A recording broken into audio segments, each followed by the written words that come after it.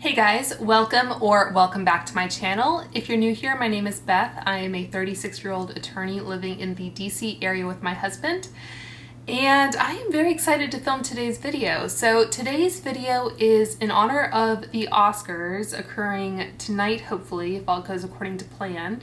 So I wanted to upload this video today to celebrate makeup and television and the makeup artist behind it and all of the kind of creativity that goes into recreating some historical makeup looks on the silver screen.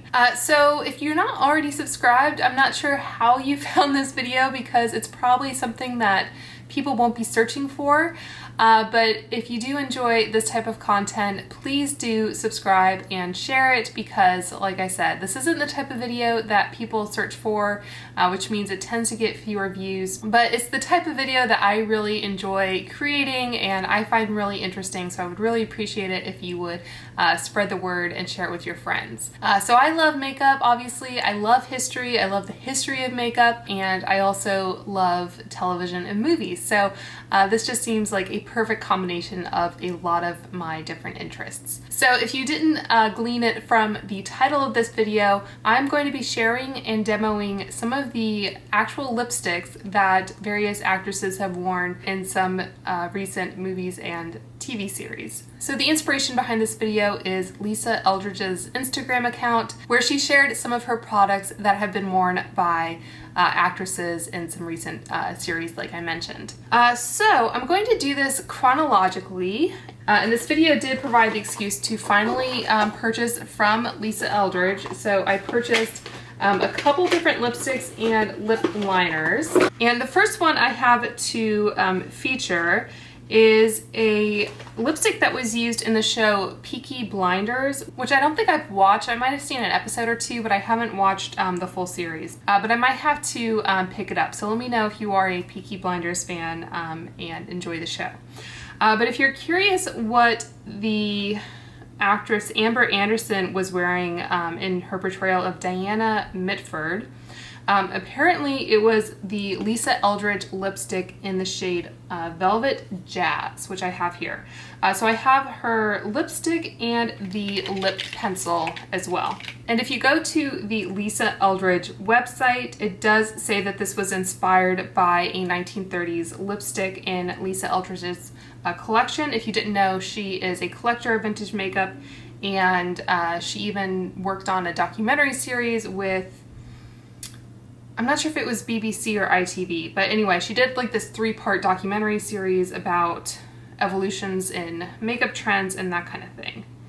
So I just wanted to quickly pull up Velvet Jazz on her website. So she says that this is a muted, earthy brick red inspired by the 1930s red lipsticks in her vintage collection. And if you're not familiar with this formula, she says it is a saturated and highly pigmented lipstick with a beautiful true velvet effect on the surface of the bullet, which looks exactly like velvet fabric.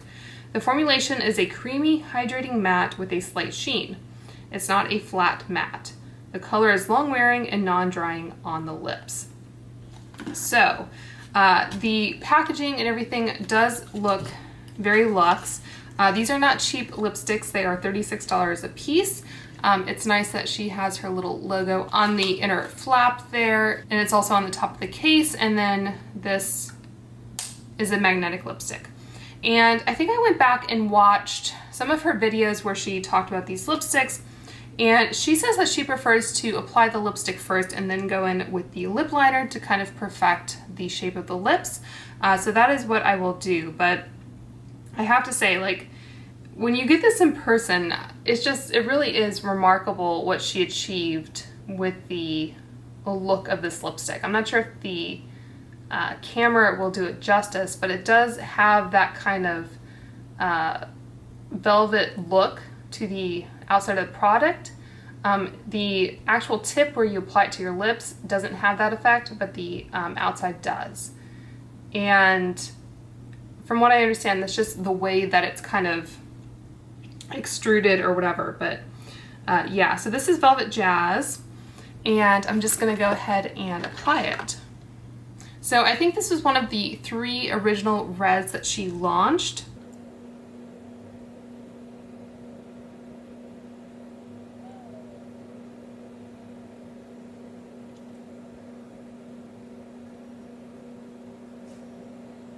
And because I am going to be kind of removing and reapplying lipsticks, I'm going to have varying degrees of success, I think, with kind of making everything look kind of even and put together. But it is definitely a matte, but it is a pretty comfortable matte.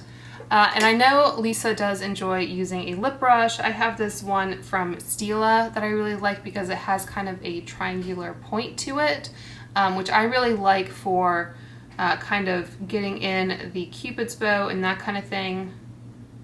I don't think that Stila makes this brush anymore, last time I checked, but I want to kind of create that like almost peaked look, kind of that Clara bow. So I do agree that a shade like this, even though it's dark, is almost a little bit more wearable than like a really bright, vibrant red. I think I might call it there with the lips and just go in with the lip liner, which is a new discovery for me as well. And I do remember her saying that the cap is kind of tight when you first get it, so you have to kind of pull on it a little bit more. It wasn't super difficult.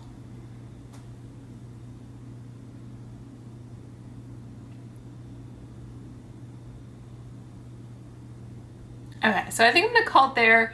It's probably not as like perfected as I would like it to be in terms of the shape, but we do have a lot of different lip products to get through. So this is the Velvet Jazz. And I did see when she first launched the lipstick, she hadn't launched the liners yet.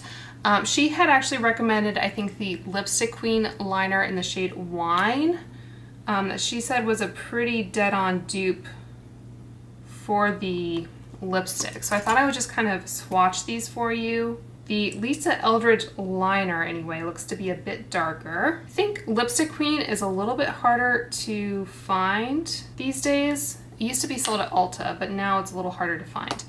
But just in case you might already have it, the lighter swatch on the top is the Lipstick Queen, the darker is the Lisa Eldridge, and the larger swatch is the Velvet Jazz lipstick.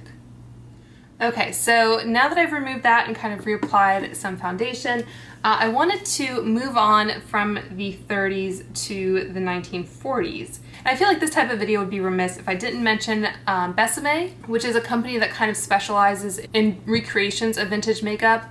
I find it really interesting because although Lisa Eldridge is really inspired by vintage makeup and loves the history of makeup, in formulating her own products and designing them, she said that what she really likes about vintage makeup is that it kind of evokes that time period.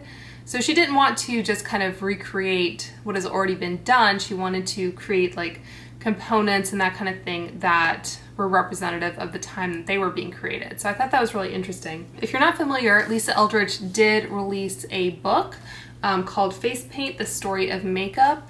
And in it, she kind of divides it in two different sections.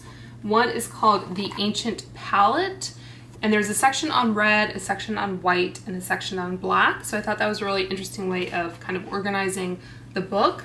And then there's also a section on the business of beauty, which talks about kind of marketing and how kind of makeup came to be commercially sold and that kind of thing. So I'll revisit that in a second. But I did want to mention it because Gabrielle Hernandez, who is the founder of Besame Cosmetics, has also put out a book on the story of makeup or the history of makeup. I don't have that particular book, but I just wanted to mention it in case you were curious. But I wanted to kind of bring you back to a collection they did with Marvel's Peggy Carter.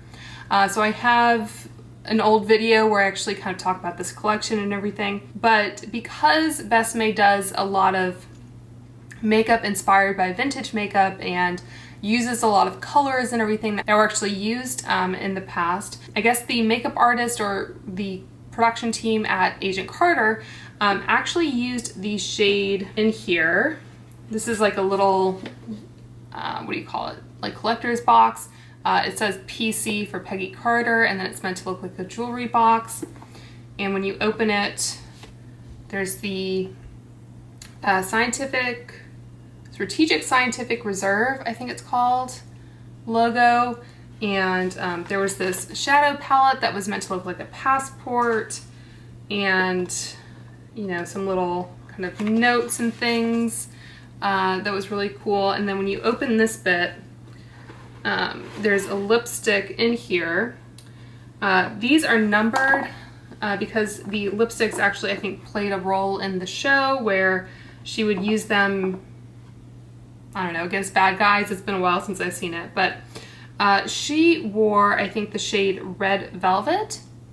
This one has 102 Sweet Dreams on the outside because, again, I think it was like she kissed someone and they fell asleep or something. But the interesting thing about Besame lipsticks is that they always say what year, I guess, they were inspired by. So, like I said, this is 1946 Red Velvet. And Besame does have an interesting kind of, I guess, triangular shape to their lipsticks. These are probably a little past their prime, but I'm going to apply it anyway. Still has a pretty kind of strong vanilla scent to it. And the thing I do like about this shape is that you can kind of, again, get into that Cupid's bow. I don't think in the 1940s it was quite as pronounced as it was in the 30s, but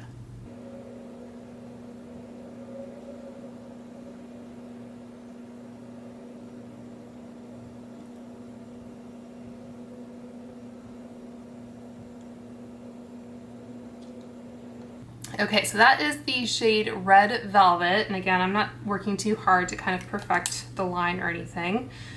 I did, again, want to go back to the Besame website.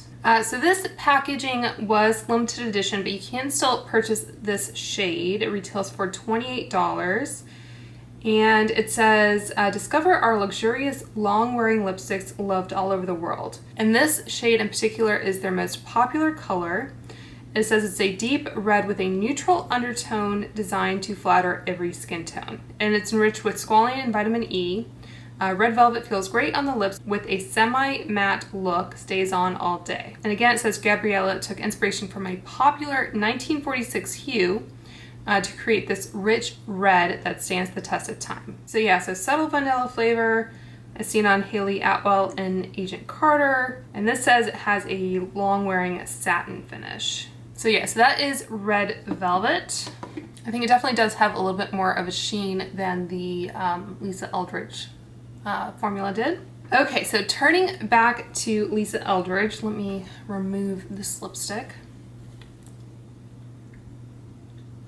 So I think Lisa Eldridge's most popular, most famous shade is Velvet Ribbon, which again is one of those original reds that she launched with. And apparently they used this shade for Lucille, which I think is supposed to take place in 1953, so we're jumping forward again. And Velvet Ribbon, I believe, has the same formula and is supposed to have the same kind of velvet texture as Velvet Jazz. I would say Velvet Ribbon actually kind of looks more luminous in person, like it really does kind of have that bright look to it. And again, I don't think the camera really kind of does it justice in terms of what it looks like in person.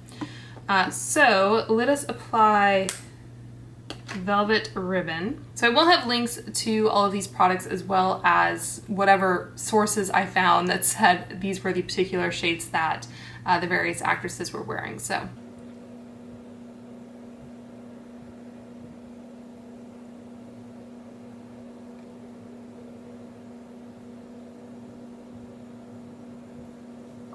yeah, so this does have just such a luminous look to the shade. I definitely feel like you could get away without using a lip liner, especially if you use a lip brush, because that way you can get in a little bit more of a precise line. With some formulas that I'm going to show you later, I feel like a lip liner is a little bit more of a necessity. But let's see what she had to say about this shade. So she says it is a vibrant, universal, classic, neutral/blue red. This is the one classic pillar box red that every woman needs. And if you don't know what a pillar box is, it's basically like the British mailboxes. My husband, who's from the UK, apparently says that people are sometimes scared to put letters in there because people tend to use them as urinals. But anyway, I think the pillar box itself is pretty iconic. So she says that I named it Velvet Ribbon because when I think of this shade, I always think of a velvet bow. So again, it says saturated and highly pigmented lipstick with a beautiful true velvet effect on the surface of the bullet, which looks exactly like velvet fabric. The formulation is a creamy, hydrating matte with a slight sheen. It's not a flat matte. The color is long-wearing and non-drying on the lips. This shade is a classic face-brightening red that suits everyone, and it's a great tooth whitener. So this is Velvet Ribbon. Again, it's very beautiful. Like, I was worried that it would be a little bit too bright, but I think this would be like a great kind of holiday red is what I'm thinking. And again, I really don't feel like I need a liner, but I feel like I should put it on just for the sake of wearing one since I bought it. I might just quickly swatch this red against the Smashbox red liner because if you're in the States, the Ulta 21 Days of Beauty has this Smashbox liner in it coming up here. So I'll just swatch these for comparison. I say the Smashbox formula is a little bit creamier depending on kind of your preference for a lip liner, if you like something that's really not going to budge or if you want something that you could use to kind of fill in the lips. And I'll go ahead and swatch the Smashbox in Cranberry against the Jazz shade as well. I have this scar on my hand that makes it a little bit more of a challenge. All right, so the Lisa Eldridge liners are closest to my pinky. The Velvet Ribbon shade is on the top, followed by the Velvet Jazz on the bottom. The Smashbox shades are in the middle. The True Red is on the top, and the Cranberry is on the bottom. And then this other lone shade nearest to my thumb is the Lipstick Queen in the shade Wine. I don't know if you can see a difference in finish there. Okay, so while I am still wearing this shade, I'm going to jump around a little bit. So from 1953, I'm going to jump ahead to 1963, and there's a shade called A Very British Scandal, which has already aired in the UK, so I've already watched it, but it will be coming to Amazon Prime, I think at the end of April. So it stars Claire Foy as the Duchess of Argyll, or Argyle, I can't remember which. But anyway, it takes place in the 60s. It's basically like a really famous kind of tabloid divorce trial kind of thing. So on Lisa Eldridge's Instagram, she said, while watching the super stylish drama series, A Very British Scandal with brilliant Claire Foy, who was in The Crown as well, if you're not familiar, I kept saying out loud, ooh, good lip. I was so thrilled when I found out from the series, BAFTA award-winning, and BAFTAs are kind of the British equivalent of the Oscars, BAFTA award-winning hair and makeup designer, the wonderful Catherine Scoble, that when she started researching this true-life period drama, she thought of my lipsticks right away. I knew that she understands vintage makeup and is serious about her research into reds, said Catherine about me and my shades. I was blown away. I'm always so excited when artists I respect appreciate and make good use of what I do with color. And Lisa Eldridge has also talked about kind of her obsession with color, which is really interesting.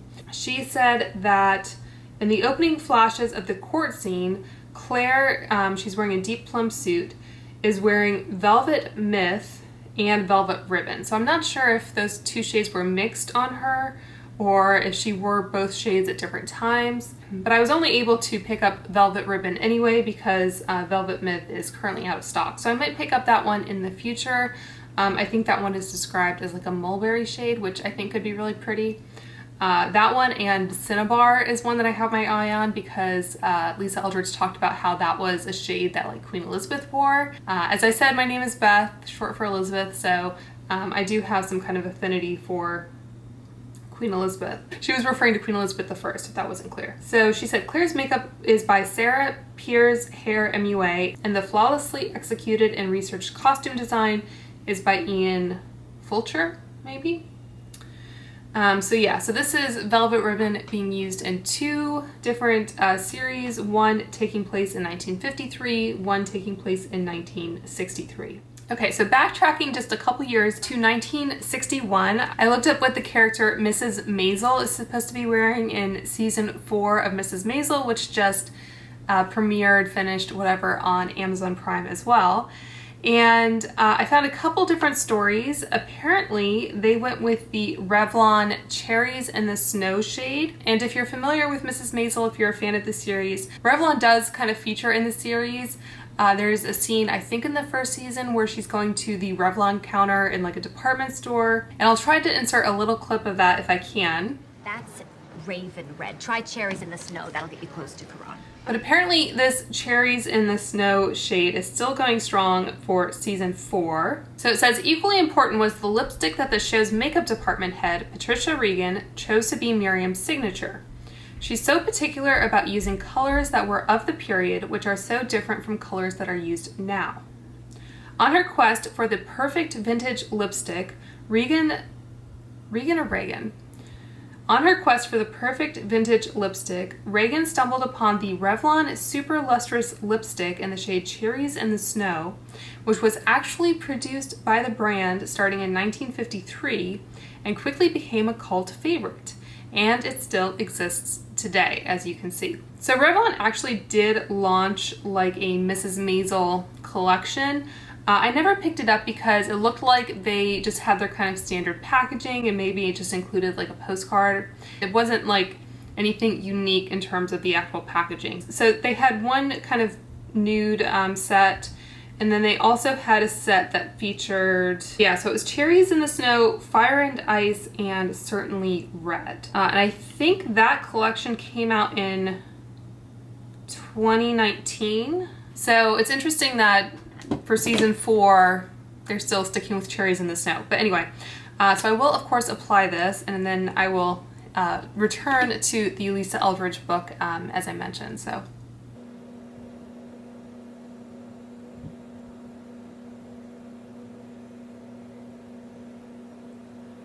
If you're a fan of Mrs. Maisel, by the way, I just saw that Bernadette Banner, who is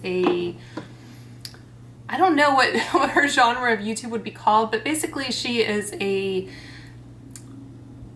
she's a seamstress doesn't seem to do it justice. She is a, she is a YouTuber, and she creates a lot of vintage style or historical style costumes using a lot of historical methods, which I find really fascinating. So it says she is known for her interest in and promotion of historical dress reconstruction and study of a range of historical fashion periods from the early medieval era to World War I, with a primary focus on the Victorian and Edwardian eras.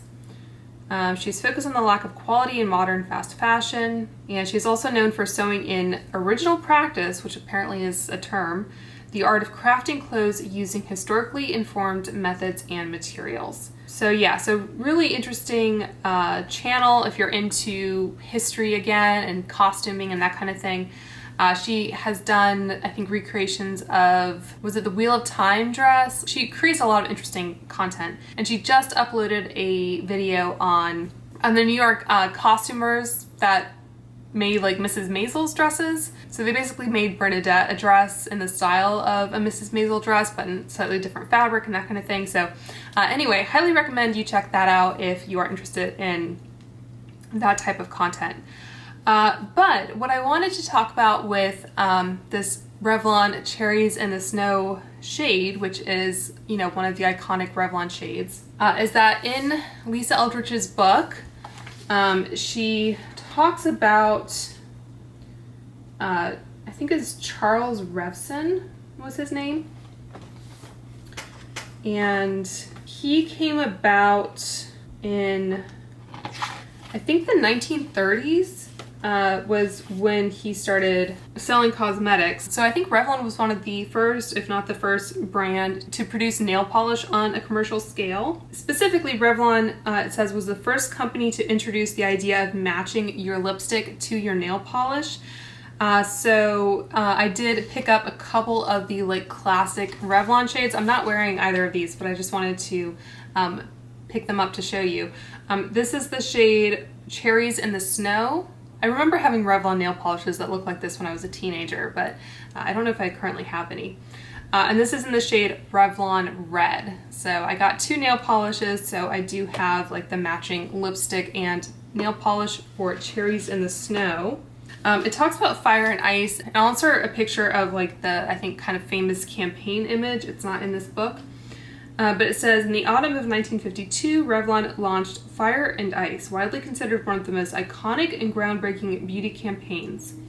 It was unique in that it sold lipstick and nail polish, not just as luxury products, but sexy luxury products. Created by female copywriter Kay Daly, the 2-page ad featured a glamorous photo by Richard Avedon, along with an 11-question quiz to discover if the reader was a fire and ice girl, defined as easily the most exciting woman in the world. An interesting selling tactic that equated your makeup with your desirable personality and which clearly paid off. Yeah, it says in 1940, Revlon began to sell lipsticks that matched their nail colors, an inspired decision that more than doubled their annual profits. And I think they had a slogan about like matching your lips and tips. So anyway, it's a fascinating read if you haven't discovered it. And this again is the shade Revlon Cherries in the Snow, worn by Mitch Maisel in season 4. So that takes care of the 60s. And next up, I'm going to talk about the kind of 1970s punk rock era in London. I do like this color. It's a little bit more of a fuchsia pink. Okay, so next up I wanted to talk about the movie Cruella, which I really enjoyed, and I found the kind of costume design and everything really, really incredible. So apparently the shade that Emma Stone is actually wearing in the movie, at least in parts of it, is the shade Lady Danger from MAC. So I picked up this shade from MAC. This is a matte lipstick. And I found it interesting because, as you may know, MAC did launch a Cruella collection.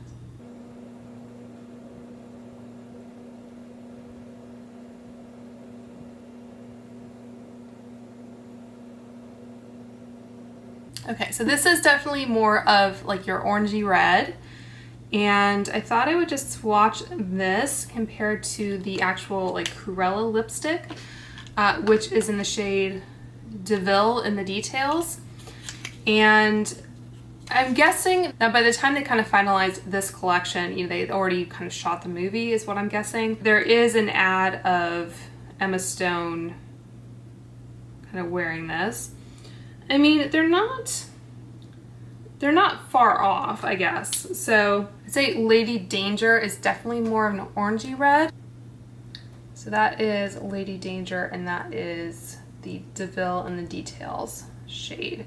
And this is also a matte formula from MAC. So yeah, I don't typically go for orange. Maybe I'll kind of pull this out during the summer because it definitely does have those summery vibes. I don't have the other original red that Lisa Eldridge launched, which again I think was kind of more of an orangey shade. So I can't tell you how this compares, but it is interesting that they chose this for this kind of 1970s punk movie. All right, and then last but not least, we are moving into 2009. And if anyone else is watching the Dropout, which is the story of Elizabeth Holmes, the founder of Theranos, played by Amanda Seyfried, the makeup artist apparently used 2 different shades from Lancome's L'Absolu Rouge Drama Ink range. So I have it in the shade French Bisou. Apparently she also used the shade French Touch, but I just picked up this one. And the interesting backstory on this is that these women aren't just trying to be beautiful on screen necessarily. They're also portraying a character, and sometimes, you know, taken to an extreme, they are like intentionally trying to make themselves look ugly, but there's also nuance in kind of how the character would kind of put themselves together and that kind of thing. So I found it really interesting that the makeup artist was apparently worried that people would think her skills were subpar because, like, Elizabeth Holmes, I think, was known to kind of be a little, how do I say this? She kind of created the signature look of having like a black turtleneck and like a red lip and everything, but she wasn't too concerned about the actual like perfection of that look. So apparently she often had like kind of mismatched foundation, or you know, her lipstick wouldn't be perfectly applied, that kind of thing. So, you know, they were trying to kind of honor that in creating the look for Amanda Seyfried. So anyway, this is a liquid lipstick, has a very interesting applicator to it. And apparently Lancome has said that this applicator is so that you don't need a lip liner. So I'm not going to use one, especially since, you know, Elizabeth Holmes was said to not have like perfectly applied lipstick. But with this kind of formula, I always find it a little bit difficult to not push product kind of to the outer edge of the lip, so that there's this kind of difference in opacity or texture. So I'll see if I can kind of show you what I'm talking about.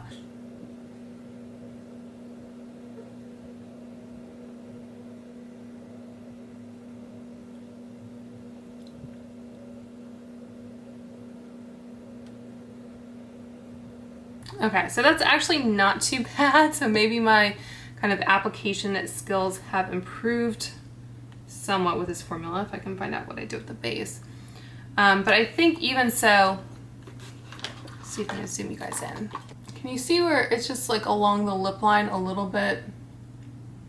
It looks like product is kind of bunching up. So that's not really my favorite. So I think, you know, I would probably use a lip liner in the future. But I did want to let you know what they say about this product. I don't know that this product existed in the late aughts. So this is a lightweight, all-day wear, semi-matte lipstick. So they say it's a liquid lipstick with a highly pigmented, comfortable, and semi-matte formula. The ultra-thin, weightless lip ink leaves lips saturated in vibrant color for all-day wear after just one swipe. The patented curved applicator ensures ultimate precision without a liner and won't feather or bleed. This isn't a transfer-proof lipstick or anything. So even after letting it kind of set for a little bit, it's still transferring. So personally, I would probably prefer one of the other formulas. I'm not the biggest fan of liquid lipsticks generally, but if you are curious what lipstick she's wearing in the Dropout, now you know. I wasn't able to find anywhere that said what Elizabeth Holmes actually wore during that period, but anyway. So that's gonna do it for this video. I hope you guys enjoyed it. Give it a thumbs up if you did, and please share it with your friends if they are interested in movies and vintage makeup and that kind of thing. So I hope you guys enjoyed the Oscars if you're watching them. And until next time, I hope you guys are all doing well and staying safe, and I will talk to you soon. Bye.